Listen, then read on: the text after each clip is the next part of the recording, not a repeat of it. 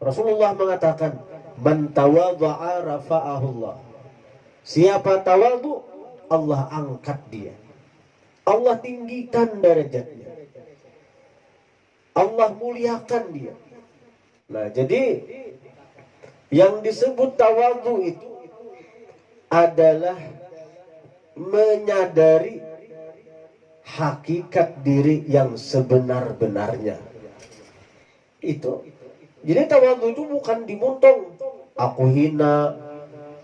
Tawadhu ini bukan dimuntung, bukan dipandir. Kada. Tawadhu ini bagian daripada sifat hati. Bila hati nih menyadari sifat diri yang sebenarnya, maka kita berandak di tawadhu. Ujar ulama, sifat diri itu ada 4, paling tidak. Sifat diri yang sebenar-benarnya, yang sebujur-bujurnya itu 4. Bila kita menyadari yang 4 itu ada pada diri kita, maka kita berandak di tawadhu. Yang pertama, sifat yang sebujurannya ada pada diri kita ini apa? Al-hawan, kehinaan. Ini asli, sifat diri kita hina, ini asli. Asal kejadian kita dari sesuatu yang hina. Kemana-mana kita membawa nang hina.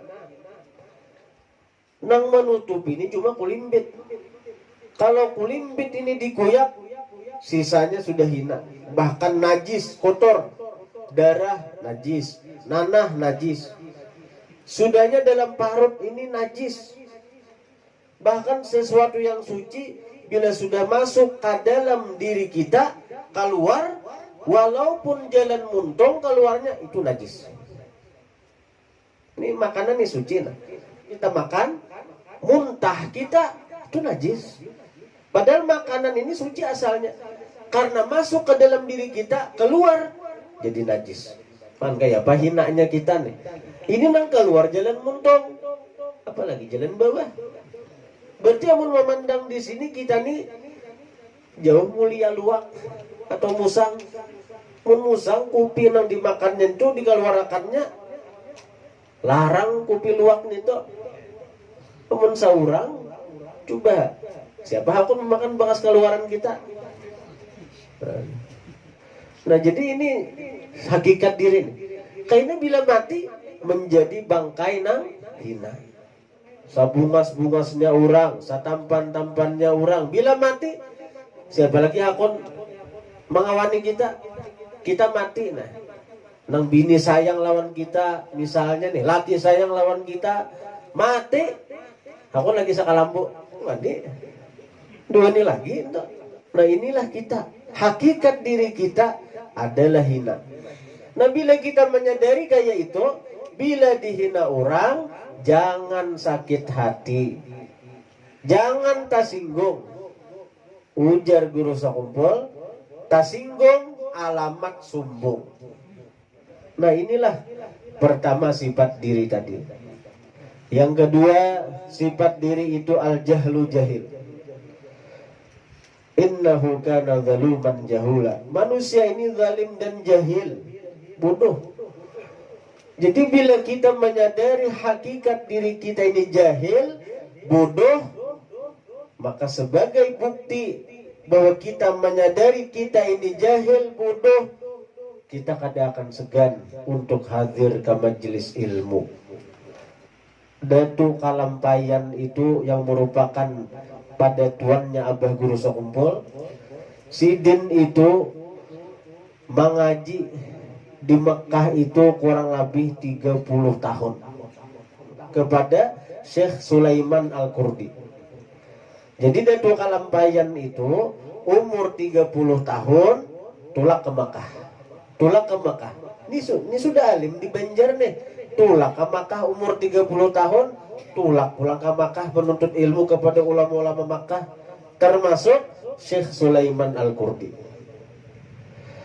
30 tahun mengaji ilmu fikih macam-macam.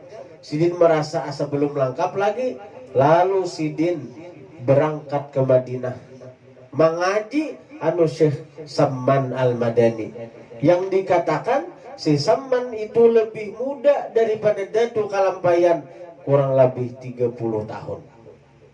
Datuk Kalampayan, Datuk Kalampayan ini sudah alim, di Banjar aja sudah alim, tulak Makkah pulang mengaji 30 tahun pulang kepada ulama-ulama Makkah termasuk Syekh Sulaiman Kurdi. Tetap Sidin kada merasa sombong dengan ilmu Sidin. Lalu Sidin hakun menuntut ilmu kepada Syekh Samman Al-Madani yang lebih muda dari Sidin. Maka jadilah Datuk Kalampayan ini khalifah mutlak daripada Syekh Samman Al-Madani. Si Samman itu bujur anom, tapi orangnya itu mulai dalam parut sudah wali. Ada kalau dalam manakibnya si Samman itu, ujar si Samman, alhamdulillah aku dijadikan Allah sebagai wali ketika aku dalam perut ibuku. Dalam parut sudah wali orang. Nah ini yang kedua. Jadi bila kita itu berandak di sifat diri nang kedua ini jahil, kita kadang akan segan menuntut ilmu kepada siapapun.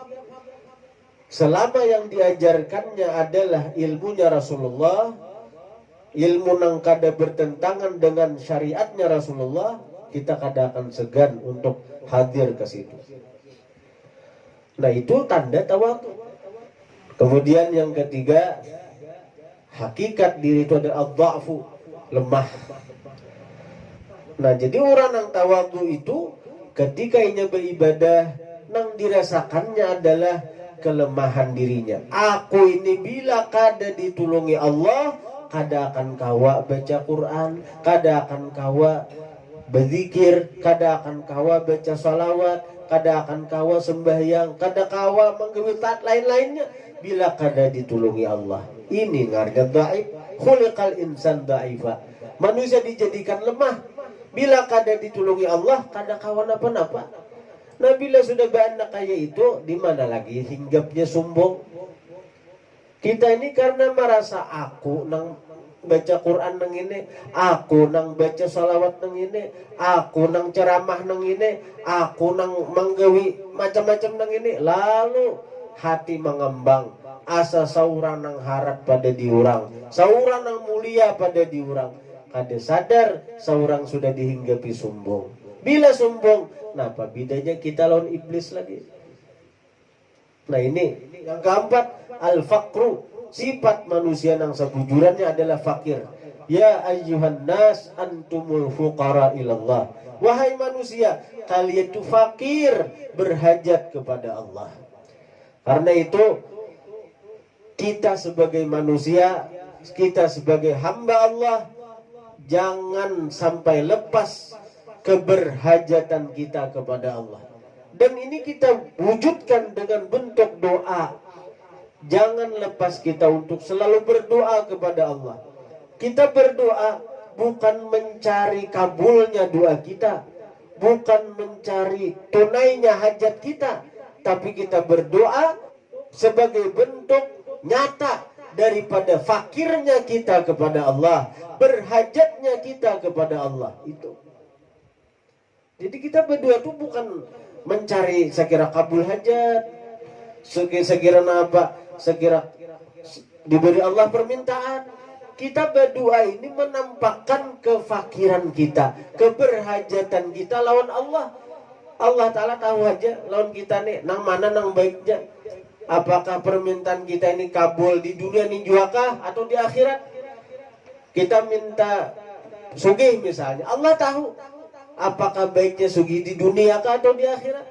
Atau baik kunjulungi Allah Ta'ala berupa sugih zahir atau sugih batin? Allah Ta'ala tahu. Sarahakan lawan Allah Ta'ala. Kita berdoa semata-mata menunjukkan bahwa kita fakir, berhajat kepada Allah Subhanahu wa Ta'ala. Nah ini 4 sifat nang ini nah, yang merupakan sifat asli diri. Bila kita berandak di situ, maka kita ngarannya bersifat tawadhu. Bila kita tawadhu, Rasulullah mengatakan, man tawadhu'a rafa'ahullah. Siapa tawadhu, Allah angkat.